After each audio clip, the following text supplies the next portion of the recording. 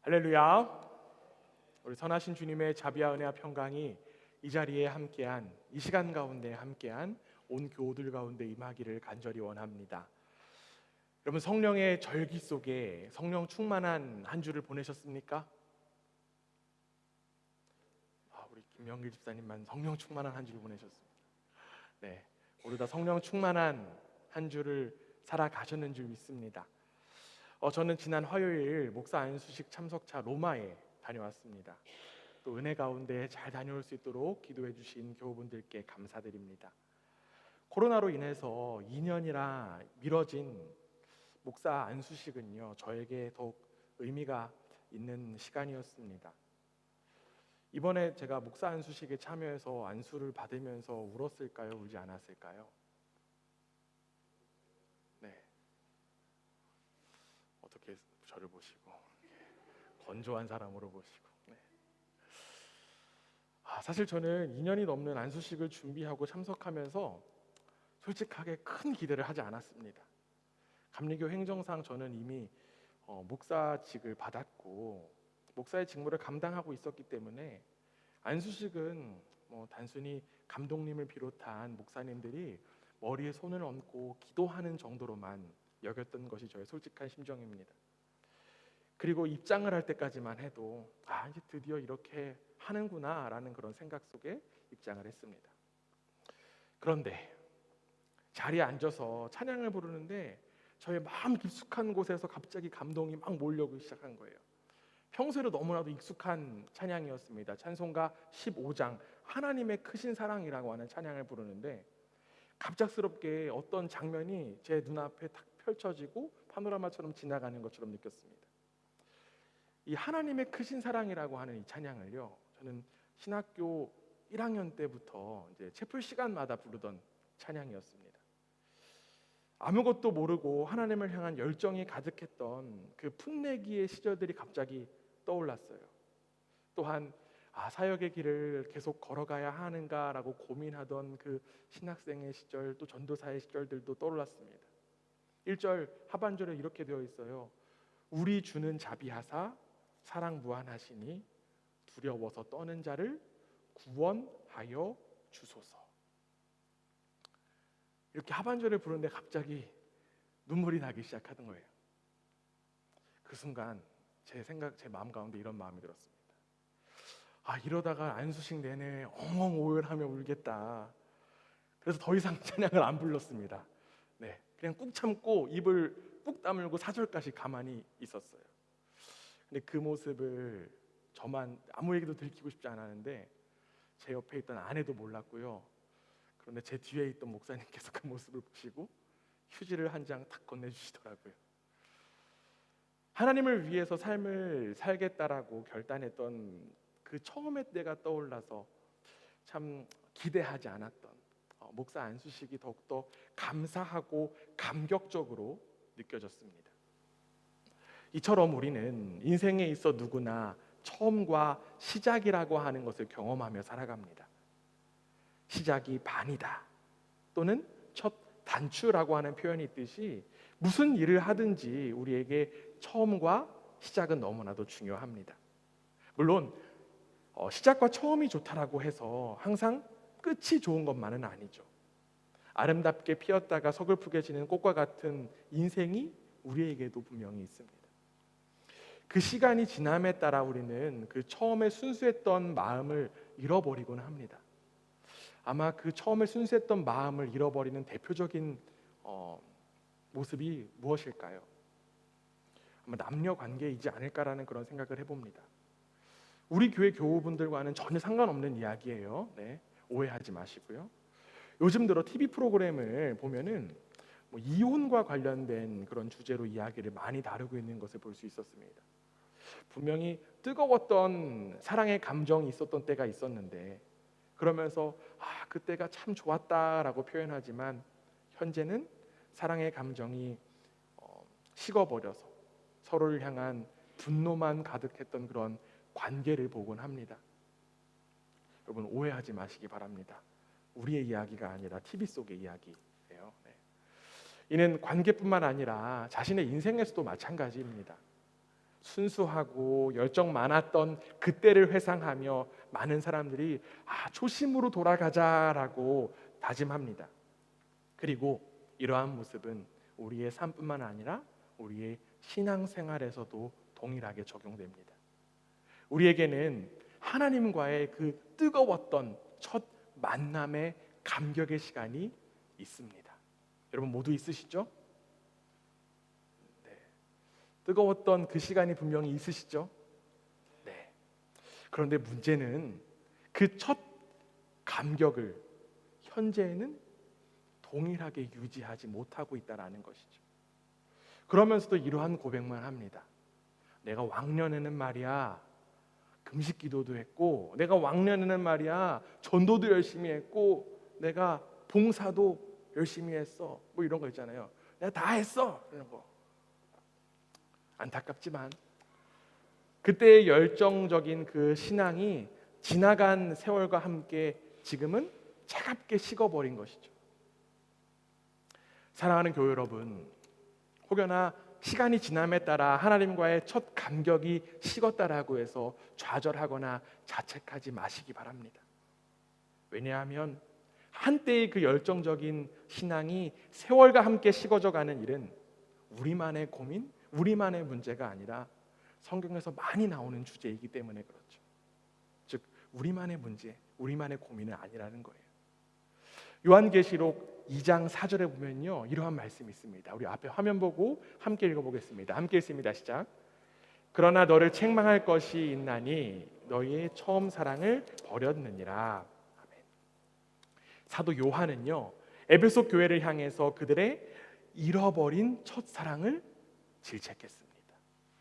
그리고 이 말씀이 그 에베소 교회를 향한 말씀만이 아니라 우리를 향한 그 말씀이 되기를 원합니다. 하나님과의 그 뜨거웠던 감격과 감사가 오늘 이 시간 선포되는 살아있는 말씀을 통해서 회복되기를 주님의 이름으로 간절히 부탁드립니다. 오늘 우리가 함께 읽은 본문 속에서도요, 이 사도 바울도 갈라디아 교회를 향해서 처음의 때의 감격의 모습과 현재의 모습을 비교하면서 이야기하고 있습니다. 오늘 본문 8절에 이렇게 되어 있습니다. 앞에 화면 보고 함께 읽습니다. 시작. 그러나 너희가 그때에는 하나님을 알지 못하여 본질상 하나님이 아닌 자들에게 종노릇 하였더니. 사도 바울은요, 갈라디아 교회의 성도들이 하나님과 관계 없었던 그 옛 시절을 떠오르게 했습니다. 하나님을 알지 못했던 때, 하나님이 아닌 다른 것들에 종노릇하던 상태였음을 이야기해 줍니다. 바울은요, 지금 8절에서만 이야기한 것이 아니라 앞선 갈라디아서 4장 3절에서도 갈라디아 교회의 교인들을 비롯한 그 당시의 사람들이 세상의 초등 학문 아래에 종노릇했다라고 표현했습니다. 바울은요, 왜 자꾸만 세상에 종노릇했던 이들의 과거에 대해서 반복하며 이야기했던 것일까요? 바울은 왜 이렇게 반복하여서 종노릇했던 이야기들을 했던 것일까요? 어쩌면 우리에게 하나님을 향한 첫 만남의 감사와 첫 만남의 감격이 희미해진 이유가 바로 우리의 상태가 얼마나 심각했는지를 잊어버렸기 때문은 아닐까 생각해 봅니다. 우리가 하나님을 알기 전에 하나님이 아닌 세상 것들의 노예에 불과했다라고 하는 사실, 우리는 반드시 기억할 수 있어야만 합니다. 하나님을 알기 전에 우리의 상태가 얼마나 참담한 상태였는지를 절감하는 것, 아무리 강조해도 부족함이 없습니다. 그래서 사도 바울은요, 다른 편지에서도 그 이전의 상태, 하나님을 알기 이전의 상태를 가리켜서 진노의 자식, 어둠, 심판의 대상이라고 표현했습니다. 이는 표현만 다를 뿐 모두 다 동일한 의미입니다. 하나님을 알지 못했던 때에 우리는 죽은 존재에 불과했다라고 하는 거예요. 그리고 그 심각했던 때를 분명하게 알아야 우리가 현재 누리고 있는 신분이 얼마나 축복이고 감사인지를 깨닫게 될 수 있습니다. 사랑하는 교회 여러분, 반드시 기억하시기를 부탁드립니다. 하나님과 상관없던 때에 우리는 노예에 불과했습니다. 우리는 종에 불과했어요. 우리도 잘 알지 못하는 세상을 지배하던 영의 노예에 불과했다라고 하는 그 사실을 잊지 않을 때 하나님의 은혜가 감사와 감격으로 느껴질 수 있습니다. 앞서 이야기했던, 제가 목사 안수식에서 큰 의미를 두지 않고 있었던 그 이유는 제가 현재 감당하고 있는 목사직 어느덧 당연하게 여기고 있었기 때문은 아닐까라는 그런 생각을 해봤습니다. 그러나 저는 이번 안수식을 통하여서 그 처음의 때가 떠올랐고 그때의 열정과 순수함을 바라보며 더욱 감사한 마음이 들었습니다. 마찬가지로 저를 비롯한 우리 모두가 회복해야 할 것도 하나님을 그 만난 처음의 감사와 감격인 줄 믿습니다. 종노릇했던 과거를 기억하며 하나님의 은혜 안에서 감사와 감격으로 살아가는 복된 우리 모두가 되기를 주님의 이름으로 간절히 원합니다. 자꾸만 세상의 종노릇하고 다시 돌아가려고 하는 이 갈라디아 교우들을 향해서 바울은 계속적으로 외치고 있습니다. 오늘 보면 12절에 이렇게 되어 있습니다. 함께 한번 읽어보겠습니다. 함께 있습니다. 시작. 형제들아, 내가 너희와 같이 되었은즉 너희도 나와 같이 되기를 구하노라. 너희가 내게 해롭게 하지 아니하였느니라. 아멘. 바울이 처음에 갈라디아 교우들 향해서 어떻게 불렀습니까? 형제들아 라고 아주 친근하게 불렀습니다. 그런데 내용을 한번 보세요. 친근하게 형제들아 라고 불렀는데 내용은 다소 이상한 내용을 좀 담고 있는 것 같아요. 먼저 자신이 갈라디아 교우들처럼 되었다라고 하는 표현을 했고요. 또한 이제는 갈라디아 교우들이 자신처럼, 바울 자신처럼 되어야 된다라고 하는 이야기를 했습니다. 특별히 나처럼 되세요, 나처럼 되어야 합니다라고 하는 바울의 이 표현이 교만이고 오만처럼 또 느껴지기도 합니다. 그런데 여러분, 이 바울의 표현은요 결코 교만한 표현이 아니었습니다. 먼저 바울이 갈라디아 성도들처럼 되었다라고 하는 것은요 이방인들과 자유롭게 어울렸다라고 하는 의미입니다. 그는 유대인으로서 유대인들과 있을 때는 자신 역시도 율법 아래에 있는 사람처럼 행동했어요. 즉 바울은 복음의 진리와 무관한 사안들에 대해서는 상대방의 삶의 방식을 배려하며 거기에 맞추어 행동했던 사람이었습니다. 이러한 바울을요 그 당시에 비난하던 사람들이 있었습니다. 대표적으로 고린도 교회에 보낸 그 사도 바울의 편지에 따르면요 음식에 대한 논쟁이 나옵니다. 당시에 시장에서 판매했던 대부분의 고기는 우상에게 바쳤던 제물이었습니다. 그렇기 때문에 어떤 성도들은요 그 고기를 먹으면 안 된다라고 이야기했고요, 어떤 성도들은요 그 고기를 먹어도 된다라고 이야기를 했습니다. 이에 사도 바울은 이렇게 대답해요. 고린도전서 8장 8절인데요. 음식은 우리를 하나님 앞에 내세우지 못하나니 우리가 먹지 않는다고 해서 더 못 사는 것도 아니고 먹는다고 해서 더 잘 사는 것도 아니니라. 바울은 그 음식을 먹어도 되고 안 먹어도 된다라고 표현했습니다. 여러분 어떠십니까? 아우 답답하다 진짜. 분명한 걸 좋아하시는 분들은 막 뭐라는 거야? 라는 그런 마음이 들 수도 있습니다. 이 모습을, 이러한 이야기를요 신학적으로 이야기하면 아디아포라라고 이야기하는데요, 이 아디아포라라고 하는 것은 구별할 수 없는 이라고 하는 뜻입니다. 즉 기독교의 기본 진리와 상관없는 문제로서 무엇이 옳고 무엇이 틀리다라고 구별할 수 없다라고 하는 것이에요. 즉 이렇게 해도 되고 저렇게 해도 된다라는 것을 말합니다. 도대체 왜 이렇게 해도 되고 저렇게 해도 될까요? 왜 어떻게 보면 줏대없는 행동처럼 왜 보일까요? 왜냐하면 이것은 비본질이기 때문에 그렇죠. 바울은 비본질적인 것에 촉각을 세우기보다 그들 가운데 한 영혼이라도 구원하는 그 사명에 집중했습니다. 영혼을 구원하는 것이 바울에게 있어서는 가장 중요한 본질이었기 때문에 영혼 구원에만 집중했었던 거예요. 그래서 사도 바울은 갈라디아 교우들을 향해서 당당히 자신이 그들과 같이 되었다라고 밝힐 수 있었던 것입니다. 그리고 그 자세가 바로 한 영혼을 천하보다 귀히 여기는 하나님의 자녀들이 가져야 되는 자세인 줄 믿습니다. 17세기에 유럽에 전쟁, 30년 전쟁이 있었습니다. 그래서 유럽이 피로 물들었어요. 그 가운데 이제 독일의 신학자 루퍼투스 멜데니우스는 이렇게 이야기했습니다. 본질적인 것에는 일치를, 비본질적인 것에는 자유를, 모든 일에는 사랑을. 비본질적인 것들에 집착하며 전쟁을 일삼는 것보다 우리가 집중해야 할 것은 본질이고 사랑인 줄 믿습니다. 우리의 본질 무엇입니까? 여러분의 본질 무엇입니까? 우리의 본질은 바로 복음입니다. 하나님께서 주신 그 기쁜 소식입니다. 죽을 수밖에 없는 나를 비롯한 우리 모두가 예수 그리스도를 통하여서 구원하셨다, 구원되었다라고 하는 그 복음이 우리가 유일하게 붙잡아야 될 진리, 본질인 줄 믿습니다. 사도 바울은 그 사실을 분명하게 알았고, 그렇기 때문에 한 영혼이라도 복음을 전하기 위해서 이방인들과 어울릴 수 있었고요, 또는 유대인들과 어울릴 수 있었던 것입니다.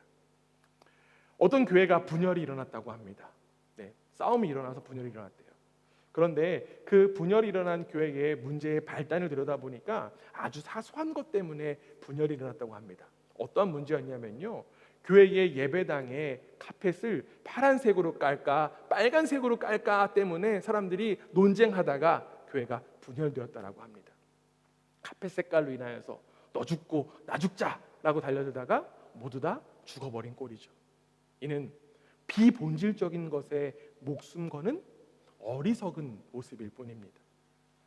복음의 진리 위에 영혼을 살리는 그 복음의 진리만을 붙잡는 우리 그라치 반석교회가 되기를 주님의 이름으로 간절히 원합니다. 이렇게 바울은요, 자신이 사도적 권리와 또한 유대인으로서의 삶의 방식을 포기하고 그 이방인 신자들의 방식에 맞췄던 것처럼 갈라디아 교우들 역시 바울 자신이 선포하고 또한 살았던 그 삶의 방식을 본받으라라고 이야기하고 있습니다. 바울은요, 이뿐만 아니라 여러 편지를 통하여서 자신을 본받으라라는 이야기를 했습니다. 대표적으로 고린도전서 4장 16절에 보면 이렇게 되어 있습니다. 그러므로 내가 너희에게 권하노니 너희는 나를 본받는 자가 되라. 이어지는 빌립보서 4장 9절에도 이렇게 되어 있습니다. 이번에는 함께 한번 읽어보겠습니다. 함께 했습니다. 시작.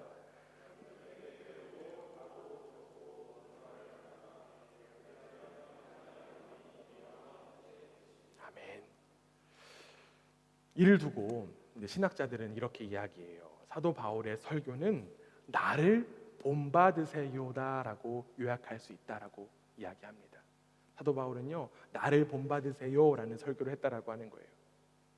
저는 이 사도 바울의 그 설교, 사도 바울의 이야기가 참 부럽습니다. 이 사도 바울에게는 복음에 대한 자신감이 있었고요, 그 복음을 삶으로 직접 증명하며 살았기 때문에 그렇습니다.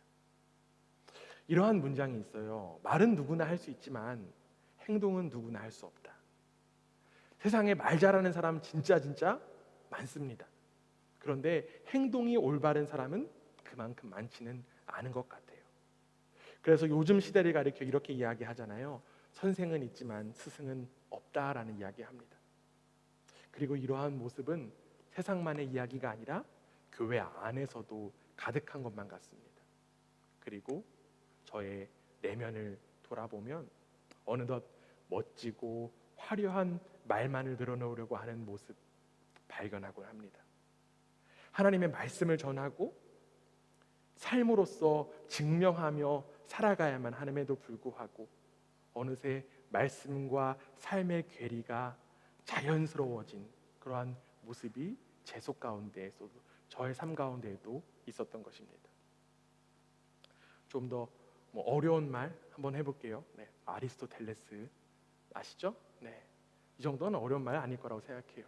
아리스토텔레스가 이제 수사학에서요, 한 사람의 말이 역량을 발휘하기 위해서 세 가지가 필요하다라는 이야기를 했습니다. 그 세 가지 중에 가장 첫 번째, 가장 우선되는 것이 바로 에토스라고 하는 건데요. 이 에토스라고 하는 것은 사람의 인격이나 사람의 됨됨이를 가리킵니다. 아리스토텔레스가 생각할 때에 한 사람의 말이 설득력을 가지려면 그 사람의 인품, 즉 어떤 사람이 말하느냐가 가장 중요하다라고 하는 것입니다. 결국 아리스토텔레스의 이 수사학적인 관점으로 볼 때 사도 바울의 설교 어떨까요? 사도 바울의 설교는 아주 탁월하고 전달력 있는 설교였을 것입니다. 그는 삶으로 자신이 선포한 복음을 증명한 사람이기 때문에 그렇죠. 목사 안수식을 마친 저에게도 이 사도 바울의 에토스가 나타나기를 간절히 소망합니다. 말로만 복음을 전하는 것이 아니라 복음의 삶을 살았던 바울처럼 비약하고 비천한 저에게도 복음이 삶으로 증명되기를 원합니다. 그래서 우리 교우들에게 나를 본받으세요 라고 자신 있게 선포하게 되기를 소망합니다. 그리고 저뿐만 아니라 우리 그라츠 반석교회 온 교우들이 복음의 삶을 살아서 자신을 본받으세요, 나를 본받으세요 라고 자신 있게 복음을 선포하게 되기를 간절히 원합니다. 그리고 그 모습을 통해 이 땅의 수많은 영혼들이 주님께 돌아오는 역사가 우리를 통해 나타나게 되기를 주님의 이름으로 간절히 원합니다. 바울이 이렇게 자신 있게 자신을 본받으세요 라고 외칠 수 있었던 것, 그의 형편이 좋아서는 결코 아니었습니다. 그게 처한 형편이 결코 좋지만은 않았어요. 오늘 본문 13절에 한번 읽어보겠습니다. 함께 읽습니다. 시작. 내가 처음에 육체의 약함으로 말미암아 너희에게 복음을 전한 것은 너희가 아는 바라. 그는요, 이 사도 바울은 육신의 연약함으로 인하여서 복음을 전했다라고 고백했습니다. 아마도 사도 바울이 몸이 아픈 중에 복음을 전했다라고 하는 의미입니다. 어쩌면 바울은 겉으로 보기에 구원의 능력을 선포하기에 조금 부족한 사람이다, 연약한 사람이다 라고 평가할 수도 있습니다.